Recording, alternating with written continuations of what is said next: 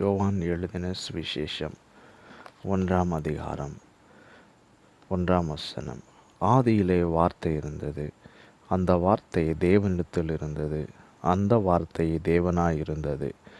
2 அவர் ஆதியிலே தேவனோடு இருந்தார். 3 சகலமும் அவர் மூலமாய் உண்டாயிற்று, உண்டானது ஒன்றும் அவராலே அல்லாமல் உண்டாகவில்லை. 4 அவருக்குள் ஜீவன் இருந்தது, அந்த ஜீவன் மனுஷருக்கு ஒளியாயிருந்தது. 5 அந்த ஒளி இருளிலே பிரகாசிக்கிறது, இருளானது அதை பற்றி கொள்ளவில்லை. 6 தேவனால் அனுப்பப்பட்ட ஒரு மனுஷன் இருந்தான், அவன் பேர் யோவான். 7 அவன் தன்னால் எல்லாரும் விசுவாசிக்கும்படி அந்த ஒளியை குறித்து சாட்சி கொடுக்க சாட்சியாக வந்தான். 8 அவன் அந்த ஒளி அல்ல, அந்த ஒளியை குறித்து சாட்சி கொடுக்க வந்தவனாயிருந்தான். 9 உலகத்திலே வந்து எந்த மனுஷனையும் பிரகாசிப்பிக்கிற ஒளியே அந்த மெய்யான ஒளி. 10 அவர் உலகத்தில் இருந்தார், உலகம் அவர் மூலமாய் உண்டாயிற்று, உலகமோ அவரை அறியவில்லை. 11 அவர் தமக்கு சொந்தமானதினாலே வந்தார், அவருக்கு சொந்தமானவர்களோ அவரை ஏற்றுக்கொள்ளவில்லை. 12 அவருடைய நாமத்தின் மேல் விசுவாசம் உள்ளவர்களாய் அவரை ஏற்றுக்கொண்டவர்கள் எத்தனை பேர்களோ அத்தனை பேர்களும் தேவனுடைய பிள்ளைகளாகும்படி அவர்களுக்கு அதிகாரம் கொடுத்தார்.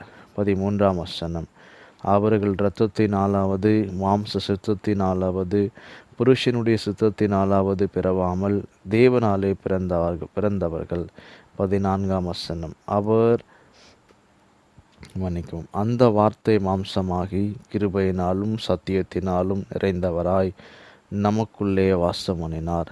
அவருடைய மகிமையை கண்டோம், அது பிதாவுக்கு ஒரே பேரானுடைய மகிமைக்கு ஏற்ற மகிமையாகவே இருந்தது. 15 யோவான் அவரை குறித்து சாட்சி கொடுத்து, எனக்கு பின் வருகிறவர் எனக்கு முன் இருந்தவர், ஆகையால் அவர் என்னிலும் மேன்மை உள்ளவர் என்று நான் சொல்லியிருந்தேனே, அவர் இவர்தான் என்று சத்தமிட்டு கூறினான். 16 அவருடைய பரிபூர்ணத்தினால் நாம் எல்லாரும் கிருபையின் மேல் கிருபை பெற்றோம். 17 எப்படி எனில் நியாயப்பிரமாணம் மோசேயின் மூலமாய் கொடுக்கப்பட்டது, கிருபையும் சத்தியமும் இயேசு கிறிஸ்துவின் மூலமாய் உண்டாயின. 18 தேவனை ஒருவனும் ஒரு காலமும் கண்டதில்லை, பிதாவின் மடியில் இருக்கிற ஒரே பேரான குமாரனே அவரை வெளிப்படுத்தினார். 19 எருசலேமிலிருந்து யூதர்கள் ஆசாரியரையும் லேவியரையும் யோவானிடத்தில் அனுப்பி, நீர் யார் என்று கேட்டப்பட்டது. 20 அவன் மறுதலியாமல் அறிக்கையிட்டதுமன்றி நான் கிறிஸ்து அல்ல என்றும் அறிக்கையிட்டான். 21 அப்பொழுது அவர்கள், பின்னே யார், நீர் எலியாவா என்று கேட்டார்கள். அதற்கு நான் அவன் அல்ல என்றான். நீர் தீர்க்கதரிசியானவரா என்று கேட்டார்கள். அதற்கும் அல்ல என்றான். 22 அவர்கள் பின்னும் அவனை நோக்கி, நீர் யார், எங்களை அனுப்பினவர்களுக்கு நாங்கள் உத்தரவு சொல்லும்படிக்கு உம்மை குறித்து என்ன சொல்கிறீர் என்று கேட்டார்கள். 23 அதற்கு அவன், கர்த்தருக்கு வழியை செவை பண்ணுங்கள் என்று ஏசாயா தீர்க்கதரிசி சொன்னபடியே நான் வனாந்திரத்திலே கூப்பிடுகிறவனுடைய சத்தமாயிருக்கிறேன் என்றான். 24 அனுப்பப்பட்டவர்கள் பரிசேராய் இருந்தார்கள்.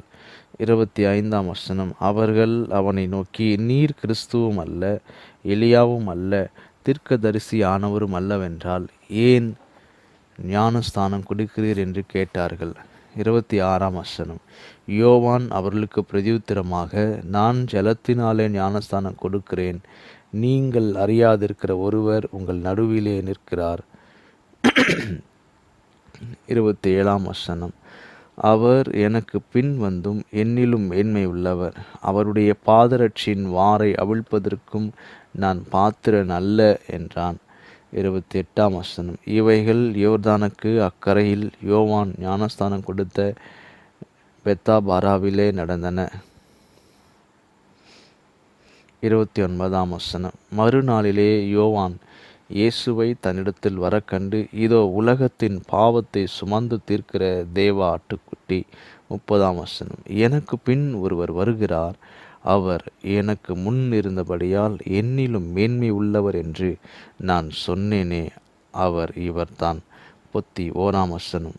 நானும் இவரை அறியாதிருந்தேன். இவர் இஸ்ரவேலுக்கு வெளிப்படும் பொருட்டாக நான் ஜலத்தினாலே ஞானஸ்தானம் கொடுக்க வந்தேன் என்றான். 32ஆம் வசனம். பின்னும் யோவான் சாட்சியாக சொன்னது, ஆவியானவர் புறாவைப் போல வானத்திலிருந்து இறங்கி இவர் மேல் தங்கினதை கண்டேன். 33ஆம் வசனம். நானும் இவரை அறியாதிருந்தேன், ஆனாலும் ஜலத்தினால் ஞானஸ்தானம் கொடுக்கும்படி என்னை அனுப்பினவர், ஆவியானவர் இறங்கி யார் மேல் தங்குவதை நீ காண்பாயோ, அவரே பரிசுத்த ஆவியினால் ஞானஸ்தானம் கொடுக்கிறவர் என்று எனக்கு சொல்லியிருந்தார்.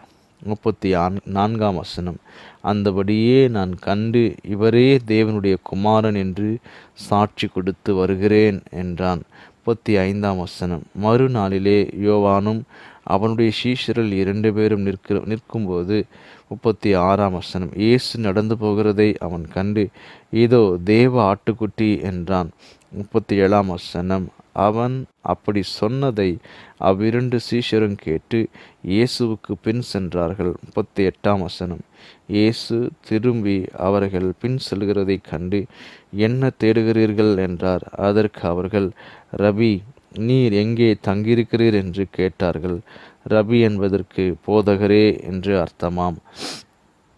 39ஆம் வசனம். அவர் வந்து பாருங்கள் என்றார்.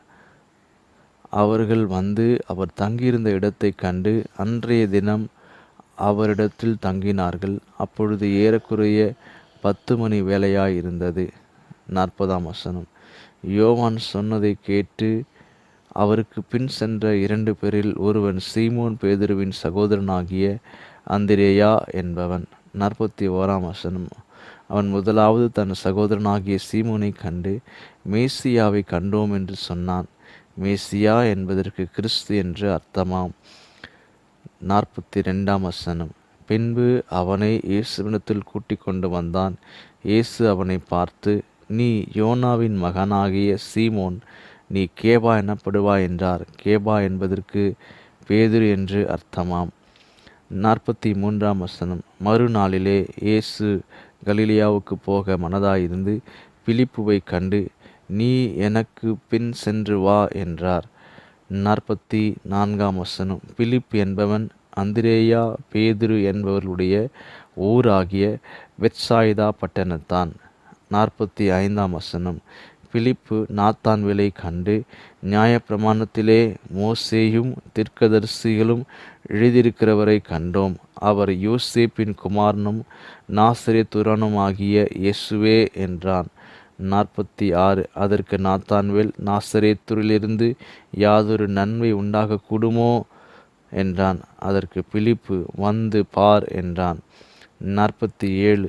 இயேசு நாத்தான்வேலை தம்மிடத்தில் வர கண்டு அவனை குறித்து, இதோ கபடற்ற உத்தம இஸ்ரவேலன் என்றார். 48ஆம் வசனம். அதற்கு நாத்தான்வேல், நீர் என்னை எப்படி அறிவீர் என்றான். இயேசு அவனை நோக்கி, பிலிப்பு உன்னை அழைக்கிறதற்கு முன்னே நீ அத்திமரத்தின் கீழிருக்கும் போது உன்னை கண்டேன் என்றார். 49ஆம் வசனம். அதற்கு நாத்தான்வேல், ரபி, நீர் தேவனுடைய குமாரன், நீர் இஸ்ரவேலின் ராஜா என்றான். 50ஆம் வசனம்.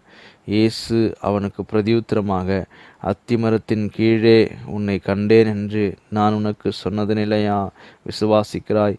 இதிலும் பெரிதானவைகளை காண்பாய் என்றார். 51ஆம் வசனம். பின்னும் அவர் அவனை நோக்கி, வானம் திறந்திருக்கிறதையும் தேவ தூதர்கள் மனுஷகுமாரனிடத்தில் ஏறுகிறதையும் இறங்குகிறதையும் நீங்கள் இது முதல் காண்பீர்கள் என்று மெய்யாகவே மெய்யாகவே உங்களுக்கு சொல்கிறேன் என்றார். 2ஆம் அதிகாரம்.